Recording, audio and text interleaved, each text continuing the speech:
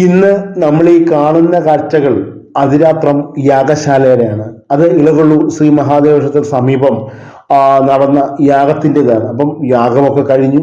അപ്പം ഇതിന് നമ്മളുടെ ചാനലിൽ ഇതിനെക്കുറിച്ച് കഥ പറയുമ്പോൾ എന്താണ് ഇതിൻ്റെ പ്രാധാന്യം എന്നുള്ളതാണ് ചിന്തിക്കേണ്ട കാര്യം. കൾച്ചറൽ ടൂറിസത്തിൽ ഹിന്ദു റിച്വലിൽ ഹിന്ദു ആചാരങ്ങളിൽ ഏറ്റവും സവിശേഷ പ്രധാനമായ ഒരു യാഗമാണ് അതിരാത്രം.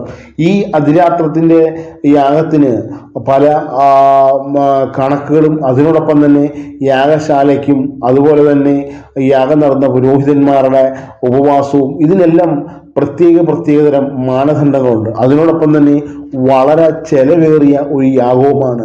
പഴയ കാലഘട്ടങ്ങളിൽ ഇത്രയും സവിശേഷമായിരുന്ന യാഗം ഇടക്കാലഘട്ടങ്ങളിൽ ഇതിൻ്റെ ചെലവ് വർധനകൾ കൊണ്ടൊക്കെ ഒന്ന് ബ്രേക്കപ്പ് ആയെങ്കിലും പിന്നീട് ഇത് ശക്തി ആർജിക്കുന്ന കാഴ്ചയാണ് കാണുന്നത്. കാരണം വിദേശ സർവകലാശാലകൾ പോലും ഇതിനെ കാണുവാനും അടുത്തറിയുവാനും ശ്രമിച്ചെങ്കിൽ അതിനുള്ളിൽ ശാസ്ത്രീയമായ ഗണിതമുണ്ടെന്നുള്ള വസ്തുതയാണ് അവരെ ഇതിനെ പ്രേരിപ്പിച്ചതെന്നും ഞാൻ കരുതുന്നു.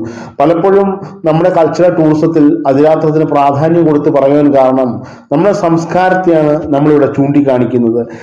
നമ്മുടെ സാംസ്കാരിക തനിമയിൽ ഓരോ ഗ്രന്ഥങ്ങൾ എഴുതി വച്ചിരിക്കുന്നതും ആ ഗ്രന്ഥങ്ങളിൽ ഓരോ കാര്യങ്ങളും വളരെ ഗണിതപരമായ രൂപത്തിൽ എഴുതി അതിനെ ഗതിവിഗതികളെ നിയന്ത്രിച്ചുകൊണ്ടുള്ള കണക്കിൽ അത് നിലനിർത്താൻ കഴിയുന്നുവെങ്കിൽ അതിന് അടിസ്ഥാനപരമായ ഒരു രൂപരേഖ തയ്യാറാക്കിയ മഹർഷിമാരിൽ നിന്നും അത് പിന്തുടർന്നു വരുന്ന പ്രത്യേക കുടുംബങ്ങളിലുള്ള ആൾക്കാർക്ക് മാത്രമേ, ബ്രാഹ്മണ കുടുംബങ്ങളിലെ ആൾക്കാർക്ക് മാത്രമേ ഇതിന് സവിശേഷ ഈ ആചാരം നടത്തുവാനുള്ള അധികാരമുള്ളതെന്നുള്ളതും നമ്മളെ അത്ഭുതപ്പെടുത്തുന്ന കാര്യമാണ്. കാരണം ഇതിന് കഠിനമായ വ്രതാനുഷ്ഠാനങ്ങളും അതിനോടൊപ്പം തന്നെ കഠിനമായ ചിട്ടവട്ടങ്ങളും ഒക്കെ വേണം എന്നുള്ളതാണ് ഈ അതിരാത്രം യാഗം സമർപ്പിക്കുന്ന യജ്ഞാചാര്യനെ സംബന്ധിച്ചോളം ആവശ്യമായിട്ടുള്ളത്. അപ്പം ഇതിൻ്റെ ഓരോ ഘട്ടങ്ങളും നമ്മൾ ചിന്തിച്ചാൽ അതിസങ്കീർണം തന്നെയാണ്. അതിനോടൊപ്പം തന്നെ ഈ യാഗശാല കാണുമ്പോൾ ഈ യാഗശാലയുടെ സ്ട്രക്ചറും അതിൻ്റെ ഓരോ ഗണിത രൂപത്തിലുള്ള ഓരോ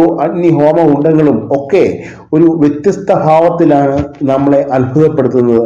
ഞാൻ ഈ കാഴ്ചകളൊക്കെ പകർത്തുമ്പോൾ നല്ല ശക്തമായ മഴയായിരുന്നു. എന്നെ അത്ഭുതപ്പെടുത്തി. ഒരു യാഗശാല അതിൻ്റെ ശുദ്ധീകരണങ്ങളെല്ലാം പ്രകൃതി തന്നെ നിർവഹിക്കുന്നു. ഇതൊക്കെ നമ്മൾ ദൈവികമായ രൂപത്തിൽ കണ്ടാൽ നമ്മളിൽ അത്ഭുതം ജനിപ്പിക്കുന്നത് തന്നെയാണ്.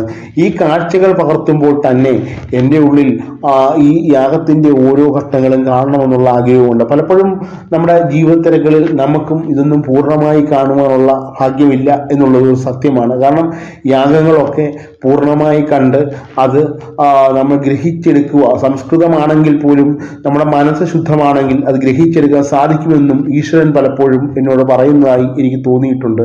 ഇങ്ങനെ കാഴ്ചകൾ കാണുന്നു.